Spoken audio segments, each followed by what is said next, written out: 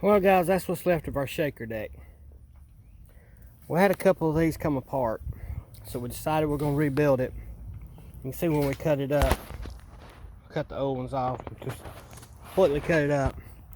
Here's the new frame. We're building a new one. It's not going to be as wide. There's the new metal. So we got us a new piece to go on it, a good solid piece.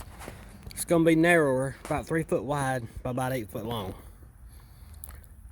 That way maybe it'll hold together. We learned a lot after building that first one, and now we know how we've got to brace it. And you know, like from the beginning I said this is going to be a learning thing. We're still trying to figure all this out, so we're learning as we go. We're going to get this built and be back to running hopefully in another week. So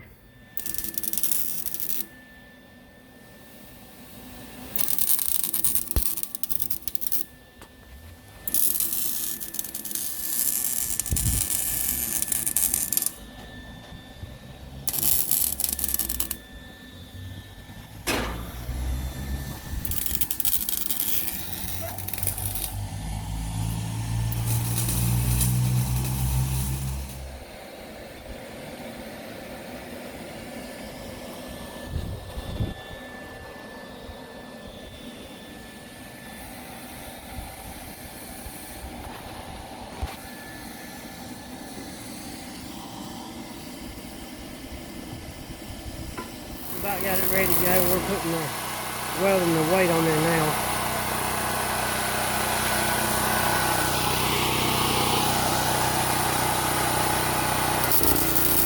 It's a lot smaller than we had it before, but I think this will work better. We also got some sheets of steel. We've also got these sheets we're going to put in the top in the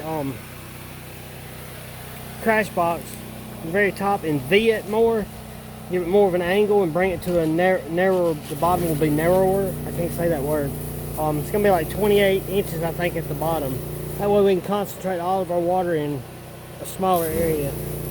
And probably going to cut down on our nozzles and add some big nozzles.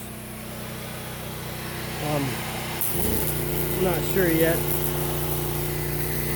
But we should be back up and running here pretty quick.